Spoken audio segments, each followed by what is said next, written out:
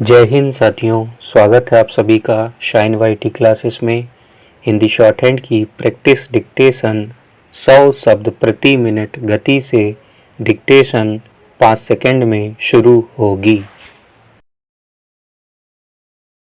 Start.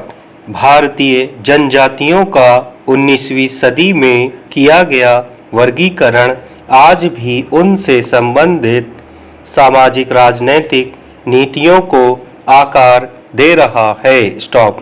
Bharat के British औपनिवेशिक राज्य ने कानून और व्यवस्था कायम करने के अपने उपक्रम में कुछ जनजातियों समूहों जातियों और व्यक्तियों पर अपराधी का लेबल लगा दिया गया।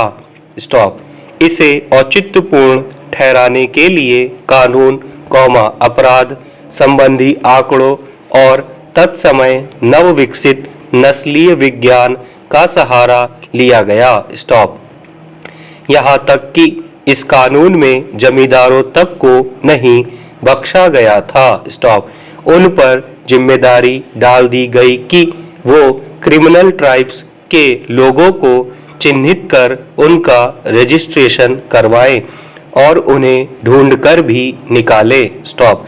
फिर बाद में इसे मद्रास प्रांत में लागू करने की ओर सरकार बढ़ी, जहां घुमंतु जनजातियों के पक्ष में प्रांत के अधिकारियों के होने के बावजूद उनकी एक ना सुनी गई। स्टॉप।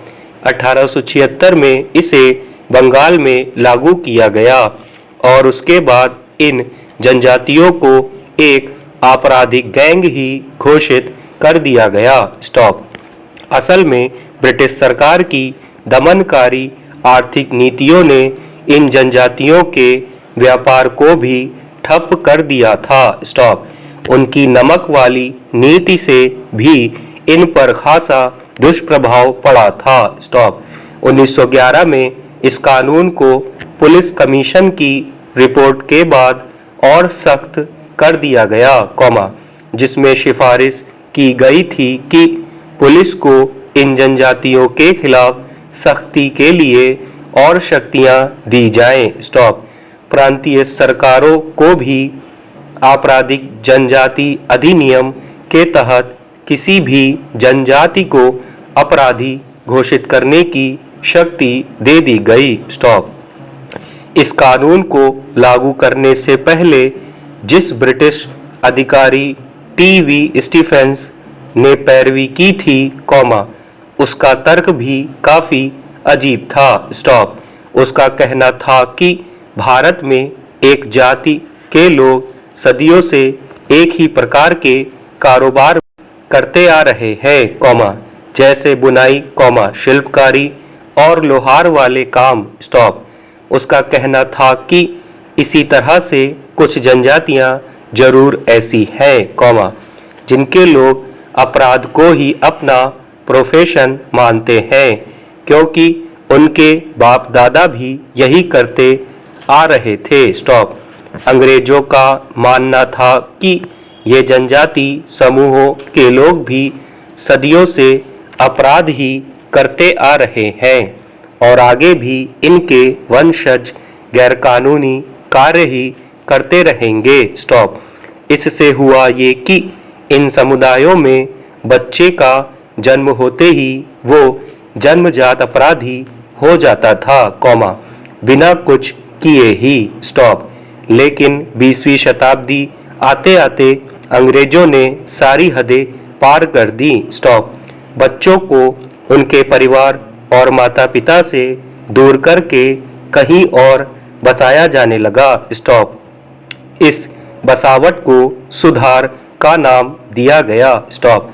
आज जब चीन के शिनजियांग में उइगर परिवार के बच्चों को उनके परिवार और क्षेत्र से शुरू में ही दूर कर दिया जाता है, ऐसे में हम सोच सकते हैं कि उस वक्त अंग्रेज कैसे यह करते रहे होंगे। स्टॉप। आगे कभी कोई विद्रोह ही ना हो, इसके लिए इन लोगों के फिंगरप्रिंट्स तक ले लिए गए। स्टॉप। पंडित जवाहरलाल नेहरू ने इसे सिविल लिबर्टी का हनन करार दिया था। स्टॉप। ये था अंग्रेजों का अत्याचारी आपराधिक जनजाति अधिनियम। स्टॉप। इस कानून का सबसे ज्यादा दुष्प्रभाव जिन लोगों पर पड़ा, कॉमा, उनमें ट्रांसजेंडर समुदाय के लोग भी शामिल थे। स्टॉप। आज जब आधुनिकता के नाम पर अंग्रेज इसकी पैरवी करते नहीं थकते, तो उन्हें अपना ये काला इतिहास भी याद करना चाहिए। स्टॉप। इन्हें मदनदबी समुदाय बताकर इनकी धरपकड़ तेज कर दी गई। स्टॉप। हालांकि, कॉमा, आज़ादी के बाद मद्रास प्रांत में तत्कालीन कम्युनिस्ट नेताओं ने इसका विरोध किया, कॉमा, जिसके बाद वहां इस कानून को रद्द किया गया। पैरा। 1950 में एक समिति बनाकर इसकी जांच करने को कहा गया कि इस कानून की देश को जरूरत है भी या नहीं। स्टॉप। जांच में पाया गया कि यह पूरा का पूरा कानून ही भारतीय संविधान का उल्लंघन करता है। स्टॉप। कई अन्य कानूनों के जरिए आदतन अपराधियों पर लगाम लगाने की कोशिश की गई, लेकिन अंग्रेजों के आपराधिक जनजाति अधिनियम का दंश ऐसा था कि वो समाज से और भी ज्यादा कट गए, कॉमा, अलग रहने लगे। स्टॉप। गरीबी तो थी ही, कॉमा, ऊपर से इनमें से कई समूहों को सालों तक SC/ST समुदाय में भी नहीं गिना गया, कॉमा, जिससे इन्हें आरक्षण का लाभ नहीं मिल सके। स्टॉप।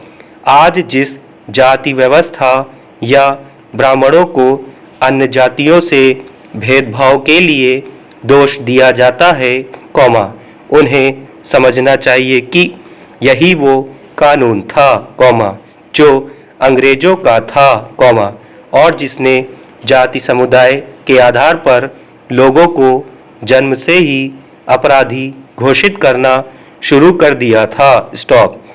इससे बड़ा भेदभाव क्या होगा? आज जब हम बिरसा मुंडा जैसे स्वतंत्रता सेनानियों की पूजा करते हैं, कॉमा, एक समय था जब अंग्रेजों ने आदिवासियों को ही अपराधी घोषित कर डाला था।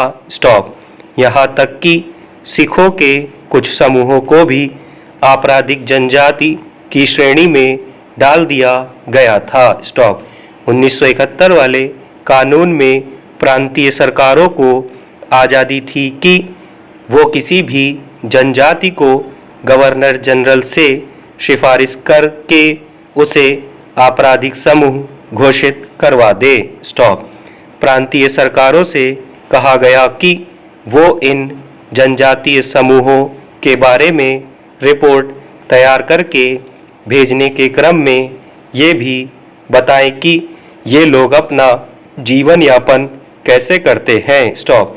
साथ ही न्यायिक व्यवस्था को इस पर सवाल उठाने नहीं दिए गए, कॉमा, जिससे जजों को इसमें हस्तक्षेप करने का अधिकार खत्म हो गया। स्टॉप। बताया गया कि इन समुदायों के लोग वहीं रह सकते हैं, कॉमा, जहां स्थानीय प्रशासन कहे। स्टॉप। SP के पास रजिस्टर में इन लोगों के नाम होते थे, कॉमा, जिसकी सूचना मजिस्ट्रेट को देनी होती थी। स्टॉप। सन 1947 में जब देश आज़ाद हुआ, उस समय लगभग 128 जनजातियों, कॉमा, जिनकी आबादी भारत की कुल जनसंख्या का 1% थी, कॉमा, पर अपराधी का लेबल चस्पा था। स्टॉप। सन 1952 में इन आपराधिक जनजातियों को विमुक्त जाति का नाम दिया गया। स्टॉप। आपराधिक जनजाति अधिनियम 1871 में कई बार परिवर्तन हुए हैं, कॉमा, परंतु उसके मूल तत्वों में कोई बदलाव नहीं आया है। स्टॉप। यद्यपि इन जनजातियों का कानूनी दर्जा बदल दिया गया है, परंतु उनका सामाजिक दर्जा आज भी वही है। स्टॉप। अंग्रेजों ने कानून और व्यवस्था की अपनी अवधारणा देश पर लादने के लिए और औपनिवेशिक शासकों व शासितों के बीच परिभाष्य और विश्वसनीय रिश्ते स्थापित करने के लिए यहाँ के समाज के विभिन्न नृजाति विज्ञान अध्ययनों के आधार पर कुछ सूत्र बनाए। स्टॉप।